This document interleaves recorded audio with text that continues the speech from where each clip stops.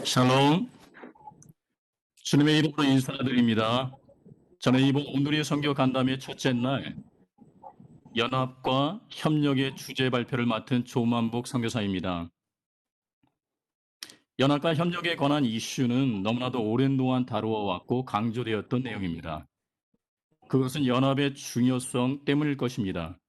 그렇지만 연합에 대한 많은 토론에도 불구하고 구체적이고 실제적인 결과물이 만족스럽게 나오지 못하고 있는 것도 사실입니다.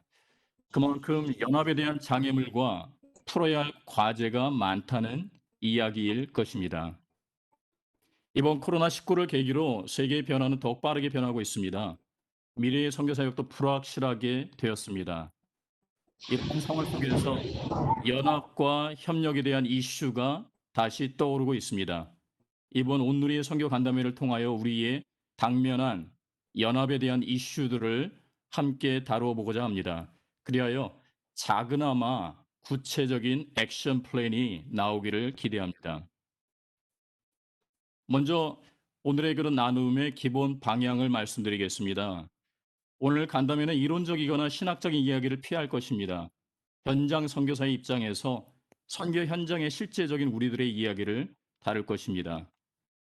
내용 가운데에는 연합이라는 단어의 정의가 연합사역, 팀사역 혹은 네트워크라는 단어들과 혼용으로 사용되어질 수도 있습니다. 연합의 범위를 구체적으로 한정짓지를 않았습니다. 각자의 상황에 따라서 구체적인 적용점들이 생기기를 기대합니다. 연합에 대한 현재의 상황을 볼 것이고요. 연합을 방해하는 실제적인 장애물들을 점검해 보려고 합니다. 또 이 시대의 연합과 협력을 이루기 위한 실제적인 제안들을 해보려고 합니다. 그리고 마지막으로 조별 나눔을 위한 몇 가지 토의점들을 말씀드리겠습니다. 연합과 협력에 대해서 우리가 생각하면서 몇 가지 생각할 문제가 있습니다. 연합과 연합사역은 같은 것인가? 연합사역에는 아무나 참여해도 좋은 것인가? 연합사역을 위해서 개인적으로 필요한 것들이 무엇이 있는 것인가? 그리고 한국인들은 연합사역을 못하는 것인가? 선교지의 현 주소입니다. 이것은 사일로라는 사진입니다. 지금은 사일로 현상이라는 단어로 많이 사용되고 있습니다. 부서별 이기주의를 의미합니다. 조직 리더 아래 팀별로 늘어선 팀들이 외부와 담을 쌓고 다른 팀과의 협력과 교류 없이 내부적 이익만을 추구하는 모습이 마치 곡식 창고와 닮았다는 데서 유래한 말입니다. 선교지에서도 사일로 현상이 적지 않은 것 같습니다. 동일한 사역, 같은 선교 지역, 심지어는 그 같은 팀 안에서도 서로 소통과 협력 없이 각자가 사역을 하고 있기도 합니다. 이러한 상황을 가리켜서 선교의 사사시대라는 말로 표현하기도 합니다. 각자는 상대적으로 일을 잘하는데 연합이 안 되는 그러한 세태를 표현하고 있습니다. 그러면 왜 연합이 필요합니까? 그것은 우리가 가지고 있는 원대한 목표 때문입니다. 그리고 현실적인 문제 때문이죠. 또 시대적인 요구가 있습니다. 제4차 산업의 특징 때문입니다. 모든 것이 융합되어지고 있습니다. 연결되어지고 있죠. 세분화, 전문화가 필요합니다. 연결되어지기 위해서는 각자의 사역이 전문성을 가지고 있어야 합니다. 혁신을 위해서는 연결, 연합이 필요합니다. 그리고 또 우리가 한 몸이기 때문입니다. 하나님 나라의 관점을 가진 자로서 연합의 필요성을 우리는 가지게 됩니다. 연합은 성경적 사역 원리입니다. 하나님은 우리의 왕이시며 성교의 주인이시기 때문입니다. 연합의 어려움들이 있습니다.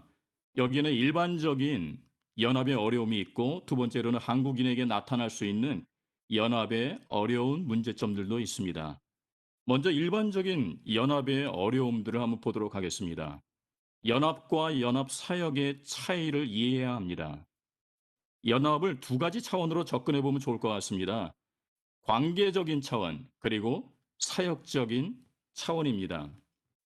연합은 정체성과 본질에 관한 것입니다. 그러나 연합 사역은 은사와 상황적인 것이라고 할 수 있습니다. 연합은 그리스도 안에서 필수적이지만 연합 사역은 선택적이라고 생각합니다. 그리고 서로의 기대감이 다르다면은 연합하기가 힘들어집니다. 재정적인 투명성 때문에 많은 연합이 깨어지는 것을 보아왔습니다.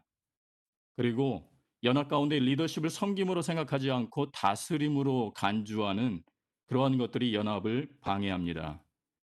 그리고 또 연합에 대한 결과에 대한 것을 어느 개인, 단체, 교단의 치적으로 생각한다면은 연합이 방해가 될 것입니다. 일방적인 협력과 연합도 건강하지 못한 연합을 이루게 됩니다. 결국에는 장기적이지 못하게 될 수 있겠죠. 소수만 리더하고 대다수는 그냥 참가합니다. 따르기만 합니다. 일방적으로 주고받고 하는 상황입니다. 준비되지 못하고 적합하지 않는 사람의 참여로 건강하지 못한 연합이 될 수가 있습니다. 커뮤니케이션의 부족입니다. 소통의 태도를 강조하는 것입니다. 서로에 대한 이해와 배려가 부족하게 된다면 연합이 힘들어지게 됩니다. 신학적인 불일치도 연합을 방해합니다. 위에 제시된 연합의 어려움의 요소들이 나오는 근본적인 이유는 신뢰가 바탕이 되지 못했기 때문에 나오는 결과들입니다. 두 가지 불신앙이 있습니다. 하나는 하나님에 대한 불신앙입니다. 하나님이 연합을 기뻐하시고 교회의 머리 되시고 선교의 주인이시라는 믿음의 결핍입니다. 두 번째는 사람들에 대한 불신앙입니다. 신뢰와 이득이 문제입니다.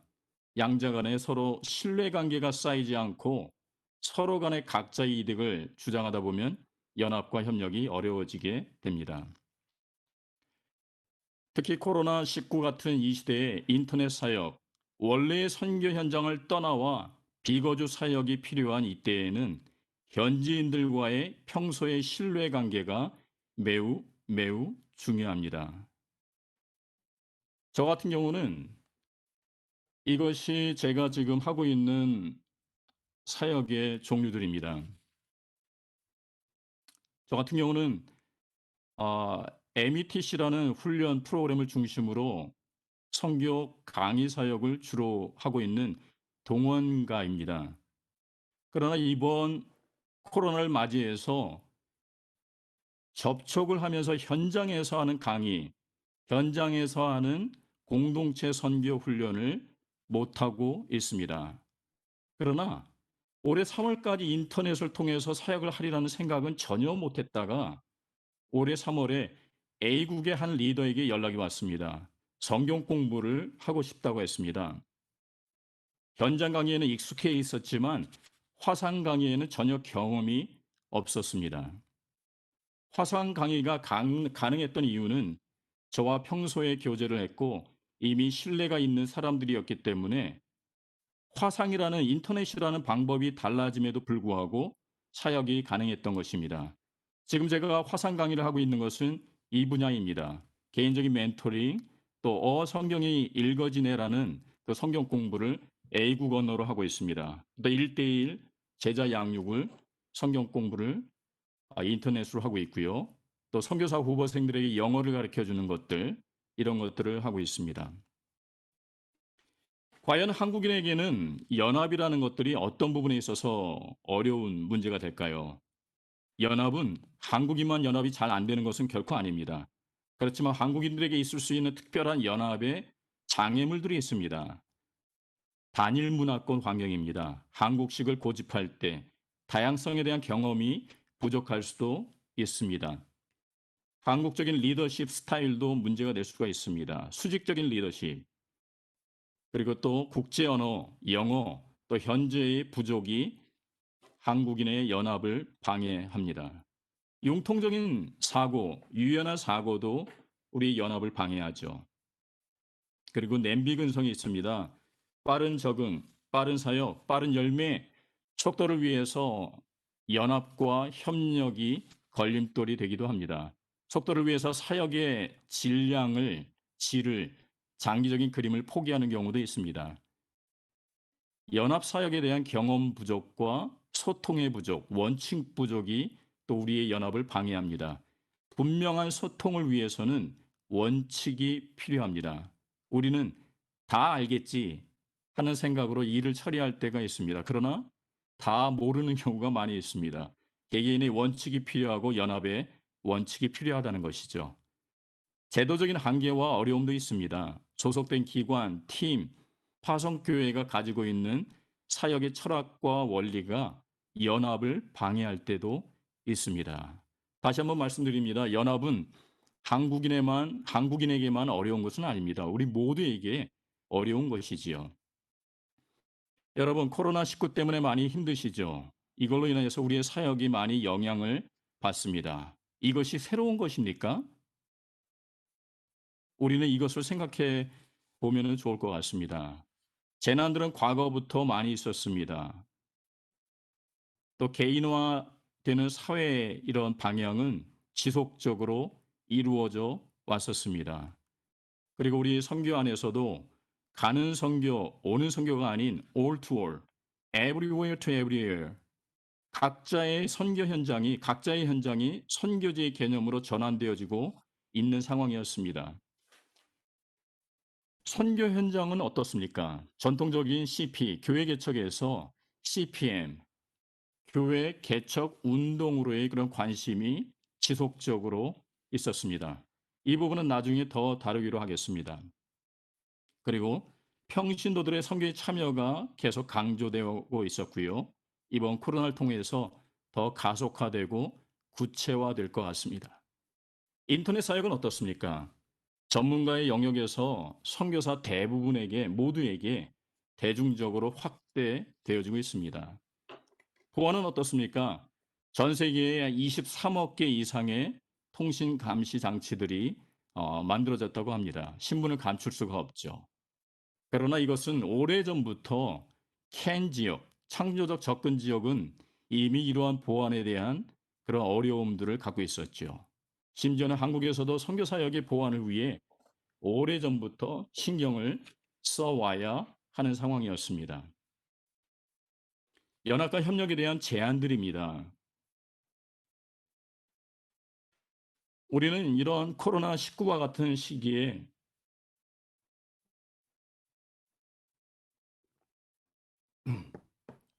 무엇을 준비해야 하고 과거에 무엇을 준비했어야 했을까를 자기 점검과 대책들을 한번 살펴보기로 하겠습니다. 먼저 본질적이고 기본적인 사역에 더욱 집중해야 할 것입니다. 기술 영역에서의 변화가 급격하게 일어나더라도 선교 사역의 본질은 크게 변화하지 않습니다. 사역의 내용, 범위가 어떠하든지 기본은 중요합니다. 기본은 쉬워서가 기본이 아니라 중요하기 때문에 기본인 것이지요. 선교사로서의 기본에 충실해야 합니다. 사역은 존재로부터 출발합니다. 선교사 이전에 신자로서의 기본을 해야 합니다. 무엇일까요? 큐티하는 것, 1대1 제자 훈련 성경 공부하기, 소그룹 하기, 성경 통독, 그리고 제자 훈련. 이런 것들은 우리의 기본이 아닐까요? 기본에서 스토리가 나옵니다. 본질적인 사역을 통해서 관계가 형성되어지고 인터넷 사역도 더 효과적일 수가 있습니다. 기본적인 사역이 없다면은 디지털 사역에 있어서의 컨텐츠가 없을 수가 있습니다. 두 번째입니다. 사고의 유연성, 적응성, 창의성을 길러야 합니다. 한스 퀸은 이런 말을 했습니다. 확실성을 향한 우리의 열망을 내려놓고 위험한 일을 감수하며 즉흥성과 실험에 따라 살아야 한다. 참으로 우리에게 이 시대에 필요한 말이라고 생각이 됩니다. 우리는 사고하고 질문해야 합니다. 코로나 상황 속에서 내가 할 수 있는 일들이 정말 없는 것인가? 그렇습니까? 사역이 불가능하거나 어려움을 주는 것들은 본질적인 문제 때문입니까? 아니면 방법론적인 문제 때문입니까? 어떻게 이 장애물들을 해결할 수 있는 것인가요? 꼭 선교지로 돌아가야만 내 사역을 다시 할 수 있는 것인가요? 그 이유가 선교지의 현지인들을 위한 이유입니까? 아니면 여러분 스스로를 위해서입니까? 선교 사역은 국외에서만 가능한가요? 아니면 국내에서도 가능한 것일까요? 지금 내 상황 속에서 할 수 있는 장기, 단기 사역이 정말 전혀 없는 것입니까? CPM에서 CPM적 사역을 고려해 보아야 할 때입니다. 저는 첫 선교지에서 창조적 접근 지역에서 사역을 했습니다. 전통적인 목회나 선교가 불가능한 지역입니다. 사역 초기에 미국 남침내 교 선교부에서 진행하는 CPM 교회 개척 운동 전략과 훈련을 받았습니다. 그래서 사역 초기부터 CPM을 배웠고 실제 현장에서 경험을 하였습니다. 지금은 CPM을 선교사 후보생들에게 가르치고 있습니다. CPM의 특징 가운데 오늘 주제인 협력과 관련된 원리들을 몇 가지 소개하겠습니다. 먼저 토착화입니다. 본질적인 말씀을 빼고 모든 방법론적, 문화적인 것은 현지의 것들을 사용하려고 노력하였었습니다. 외국적인 문화는 가능한 모두 제거합니다. 이것은 리더십, 현지인들이 주도권을 가지고 목회할 수 있도록 돕습니다. 재정적으로는 외부에서 자원이 들어올 필요가 없고 자급할 수 있는 의지를 키워줍니다. 지속적인 생산이 가능하도록 돕습니다. 토착화 원리는 현지인들에게 다가가기에 적합하고 정부 이웃의 핍박을 최소화하는 데 도움이 되었습니다. 두 번째로는 현지인 리더십입니다. 현지인 가운데 헌신되고 영향력 있는 사람을 찾아내어 제자 훈련을 시켰습니다. 그리고 모델링을, 멘토링을, 트레이닝을, 그리고 어시스팅, 협력을 하였었습니다. 이러한 역할을 처음부터 강조했습니다. DNA가 중요합니다. 사역 이후 5년 뒤, 10년 뒤에 리더십을 이양하겠다고 하면은 늦습니다. 이미 잘못된 DNA가 학습되어진 이유입니다. 선교사인 제가 다른 지역, 다른 나라로 이동했음에도 불구하고 교회는 여전히 있고 또 성장하고 있습니다. 외부인의 역할이 중요합니다. 우리의 역할을 잘 정의해야 합니다. 내가 디모데형 선교사인지 아니면 바울형 선교사인지를 결정해야 합니다. 목회적 선교를 할 것인지 아니면 사도적 선교를 할 것인지. 저는 사역 초기부터 사도적 선교로서 사도 바울을 모델로 삼았습니다. 사역 초기부터 잠재적 현지인에게 리더십을 주고 교회 앞에서 인도하게 하였습니다. 저의 역할은 철저하게 협력자요, 조력자의 역할을 하였습니다. 현지인들은 누가 교회의 리더인 줄을 알았고 누가 결정권이 있는지, 교회 사역의 비용, 계획 등을 누가 준비해야 하는지를 처음부터 인지하고 있었습니다. 재생산과 자가 번식입니다. 인적 자원, 물적 자원, 외부에서 들어가는 것을 지향합니다. 사역에 사용되는 방법, 자료들조차도 모두 현지인 스스로 재생산하고 현지에서 사용할 수 있는 것들을 사용하였었습니다. 지금 제가 사역 국가를 옮긴 이후에도 지속적으로 제가 개척했던 교회들과 함께 협력하고 있습니다. 신학생들이 나왔습니다. 교회 연합으로 해외 단기 선교를 다니고 있습니다. 선교사 후보생들도 나와서 저희가 화상으로 멘토링 해주고 영어, 선교 영어를 가르쳐 주고 있습니다. 전문화되는 사역 개발입니다. 연합사역, 이것은 네트워크는 테이블과 같습니다. 연합사역을 위해서는 서로 영향을 주고 받아야 합니다. 일방적으로 한쪽에서만 흘러가거나 받기만 해서는 안 됩니다. 각자가 기여할 수 있는 전문화된 사역이 있어야 합니다. 즉, 사역의 툴이 있어야 한다는 것이지요. 다른 사람들과 나눌 수 있는 사역의 툴을 만들어야 합니다. 협력과 연합이 필요한 것은 저마다의 역할이 다르고 기여할 수 있기 때문에 연합이 중요한 것이지요. 자신의 강점을 살려서 나만의 고유함을 만들고 지켜야 합니다. 연합은 책임 회피의 방안이 아닙니다. 각자가 자기의 짐을 져야 하는 것이지요. 연합체와 집합체는 구분해야 합니다. 연합은 단순한 집합체를 의미하지 않습니다. 아무나 모이는 것이 아니에요. 자의 기능이죠. 다니엘 핑크는 자기 책 파는 것이 인간이다라는 책에서 이렇게 얘기합니다. 유형의 상품이든 무형의 가치든 나는 내가 가진 무언가를 판다. 다시 말하면 자신의 상품성을 높여야 한다는 것입니다. 저는 사역을 위해서 몇 가지 사역의 툴을 저 개인적으로 가지고 있습니다. 하나는 1대1 제자 양육 성경 공부입니다. 온누리에서 이미 하고 있는 것이지요. 이것을 현지 언어로 진행하고 있습니다. 두 번째로는 제가 했던 교회 개척 번식 CPM을 강의를 하고 있습니다. 이걸 가지고 다른 선교사나 그리고 또 선교사 후보생들에게 훈련을 시키고 있습니다. 세 번째로는 성경이 읽어지네라는 성경 공부 강좌를 제 스스로 다 공부를 했고 강사가 되었고 현지 언어로 이것을 접촉의 이 툴로 그리고 또 선교 동원의 툴로 사용하고 있습니다. 마지막 선교의 툴은 METC랍니다. METC는 미션 잉글리시 트레이닝 코스라는 선교사 후보생 또 제3세계 지역교회 리더들을 대상으로 하는 선교 영어 훈련 프로그램입니다. 3개월간 공동체 생활을 하면서 타문화 훈련, 영어 훈련, 영성 훈련을 같이 하게 합니다. 이걸 통하여서 많은 선생님들이 영어 선생님 또 강의를 하는 분들이 저희에서 오고 또 참여하는 학생들도 여러 나라에서 오고 있습니다. 이걸 통해서 지역교회와 연합하게 되고 타선교단체와 연합하게 되며 또 훈련에 참가하는 훈련생들을 통해서 그 훈련생들이 소속되어 있는 나라, 기관들과 함께 연합하고 또 네트워크할 수 있는 귀한 연합의 도구가 되고 있습니다. 우리는 지속적인 배움을 해야 합니다. 자기가 배웠던 것들을 폐기하고 새로운 것을 다시 배워가야 합니다. 성장을 위한 시스템을 마련해야 합니다. 평생 교육의 관점으로 학위를 위한 것이 아닌 실질적인 성장을 위해 우리는 배워야 합니다. 배움을 그칠 때 우리는 노인이 되어드리는 것이죠.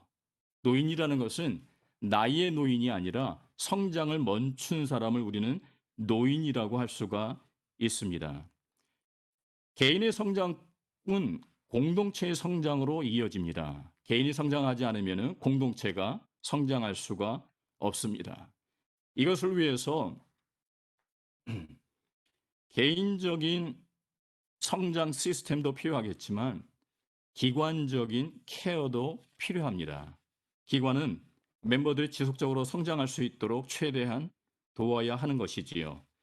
오늘 이 교회에서 하고 있는 인터넷 영상 교육 또 플랫폼을 만들고 훈련과 세미나 제공을 하는 것은 대단히 의미 있는 일이라고 생각이 됩니다. 그리고 작은 것에 현재 하고 있는 것에 우리는 충성해야 합니다. 현재의 자리 중요합니다. 적지만 작지만 그 관계를 소중해야 합니다. 소속된 기관에 헌신하고 기여해야 합니다. 양보다 질입니다. 네트워크는 많은 네트워크를 추구하고 따라가는 것보다도 질적인 네트워크를 추구해야 합니다. 질적인 네트워크를 참여하기 위해서는 결국 자기 역량을 늘려야 합니다. 그리고 연합체, 공동체, 타인들이 필요로 하는 내 자원이 있어야 되는 것이죠. 다시 말씀드립니다. 내가 하고 있는 전문적인 그러한 툴이 있어야 된다는 것이지요. 조직과 기관의 융통성을 길러야 합니다. 새로운 시대의 새로운 운영, 융통성이 필요합니다. 연합과 협력을 장려하는 시스템이 필요합니다. 훌륭한 조직이 되기 위해서는 훌륭한 리더십이 필요하기도 합니다. 그리고 또 네트워크를 네트워크해야 합니다. 개인이 할 수 있는 영역도 있고 또 기관이 할 수 있는 영역이 있지요.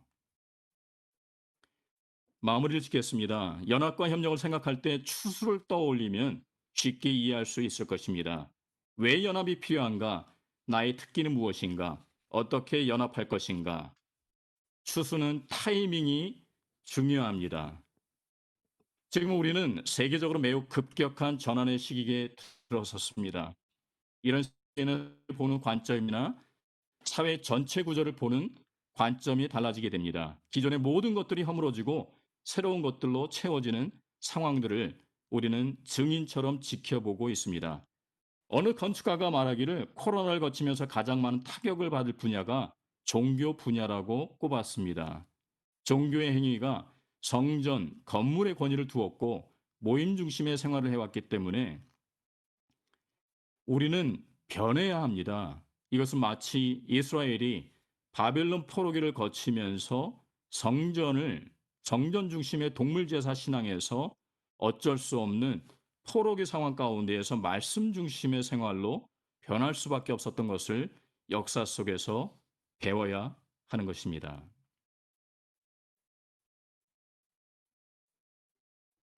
혁신이 일어나는 최적의 지점은 혼란의 가장 자리이다. 혁신이 가장 잘 일어나는 사람은 더 이상 잃어버릴 것이 없는 사람이거나 혹은 잃어버릴 것을 각오한 사람이다. 지금 우리에게 필요한 것은 하나님과의 연합입니다. 사역은 존재로부터 나옵니다. 하나님과 그리고 하나님의 사람들과 연합해야 할 때 긍정적인 시너지 효과가 일어날 수 있습니다.